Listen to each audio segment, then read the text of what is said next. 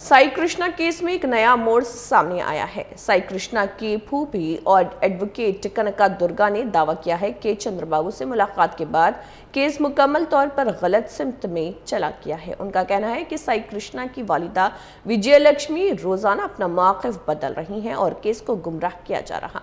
कनका दुर्गा ने यह भी इल्ज़ाम लगाया कि उनकी बहन को मुख्तलिफ तरीक़ों से कायल करके ऋत्विक के हक़ में बयान दिलाया गया, ताहम इन तमाम दावों की आज़ादाना तौर पर तस्दीक नहीं हो सकी और मामला ज़ेर तफ्तीश है।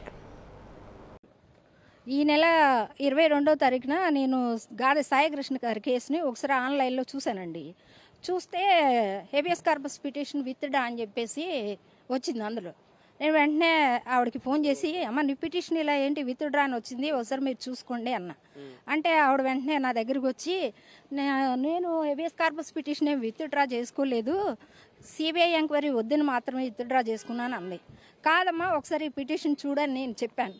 చెప్తే ఫస్ట్ వాళ్ళు వేసిన దానిలో కోగంటి రుత్విక గారు వేసిన పిటిషన్లో ఏముందంటే, ఫస్ట్ సిబిఐ ఎంక్వైరీ వద్దు అని చెప్పి హెడ్డింగ్ పెట్టి నెక్స్ట్ పేజీలో హేబియస్ కార్పస్ పిటిషన్ విత్డ్రా అని చెప్పి రాసింది. ఆ విషయాన్ని నేను ఆవిడ దృష్టికి తీసుకెళ్తే సరే అని చెప్పేసి గుడివాక వాసుదేవరావు గారు మా కజినే, నాకు సొంత తమ్ముడు అవుతాడు, అతన్ని అడ్వకేట్గా నేను నియమించుకుంటున్నానని 22వ తారీఖున గాదె విజయలక్ష్మి గారు సంతకాలు పెట్టి ఆ కాగితాలన్నీ మేము కోర్టుకు సబ్మిట్ చేసాం.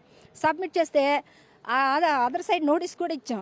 ఎప్పుడైతే మేము ఇచ్చామో మళ్ళీ ఆవిడ తీసుకొచ్చి నయన భయాన నచ్చజెప్పి మళ్ళీ మాకు కావాలంటే రుత్విగానే కావాలని చెప్పి ఈరోజు కోర్టులో చెప్పించారు. మళ్ళీ ఈరోజు ఈవిడ గంటకు ఒక మాట మాట్లాడుతుంది.